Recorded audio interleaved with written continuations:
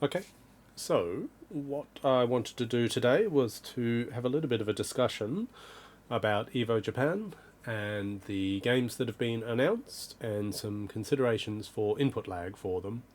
Um, so this is, I guess, something that I pay attention to, probably something which my opinions will have something of a relevance coming up. Maybe less so for these two games, but certainly with some of the games coming up, I think there are some potentially hard decisions that need to be made.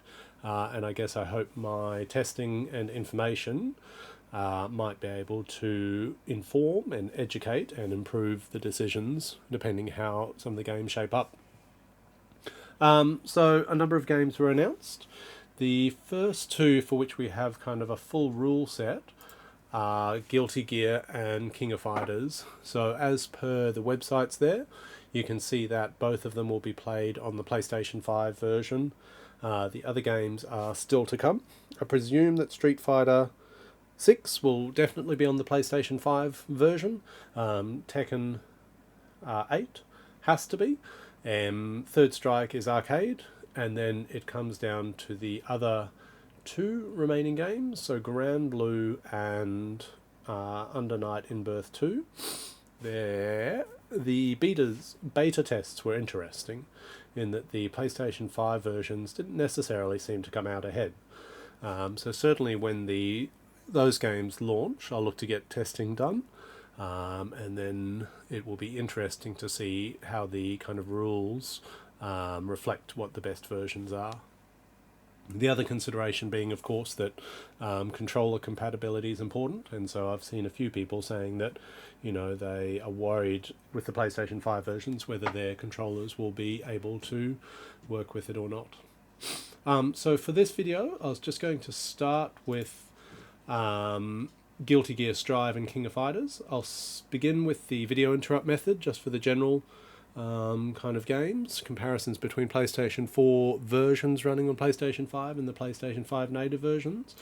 And then I'll do a second video where I just had a look at training stages to see how that affects it. So you can see here that we've got Guilty Gear Strive running PlayStation 4 version on the PlayStation 5. I might take a second to kind of explain how to read the image, because this is, for the video interrupt method, this is kind of the key way to do it.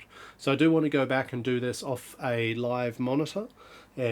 From my previous testing, unless the game specifically supports VRR, there's not actually an advantage to enabling VRR settings, and indeed if you force it on a game that doesn't support VRR, there's potentially a penalty to it.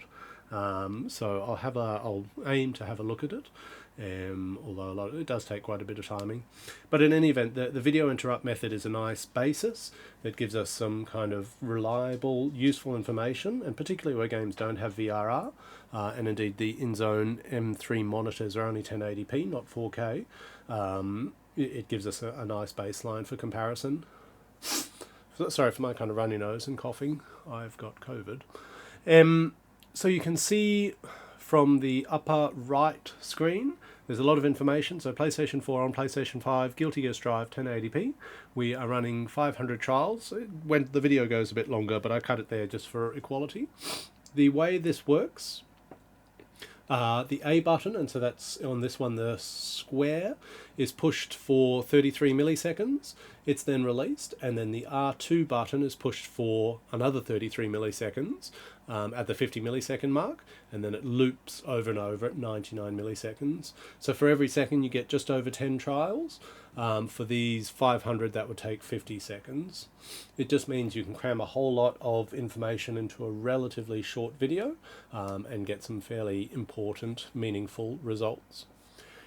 You can see a nice clear trend line here going over 16 milliseconds, going between about 33 and 50. And when you look down at the average, you can see that it's 41. And so that seems about in between the two of those values. So 41 is nothing to be disappointed by. If we look at the next version, so this is the PlayStation 5 native version. All of these have updated to the latest patch. So 42.1, milliseconds. So everything else is the same. It's the Brook UFB controller. We're looking at the same thing, though you'll notice that the color scheme for the command history is subtly different, black versus white commands, just to kind of reflect the general or generic appearance of the controllers. So 41.33 versus 42.1. So you're looking at a difference of less than a millisecond.